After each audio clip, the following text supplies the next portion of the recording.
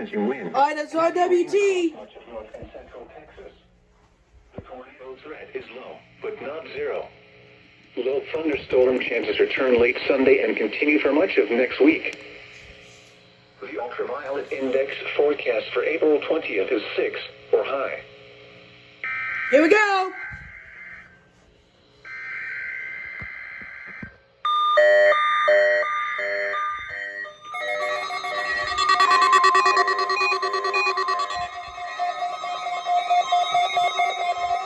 Running.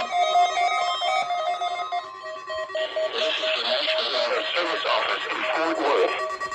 The preceding signal was a test of the public warning system for weather radio station KEC55. During potentially dangerous weather situations, specially built receivers can be automatically activated by the signal to warn of the impending hazard. Tests of the signal and receiver's performance are normally conducted by the National Weather Service each Wednesday between 10 a.m. and noon and between 6 and 8 p.m. If there is a threat of severe weather, the test will be postponed to the next available good weather day. Reception of this broadcast, and especially the warning alarm tone, will vary at any given location. This variation, normally more noticeable at greater distances from the transmitter, can occur even though you are using a good quality receiver in good working order.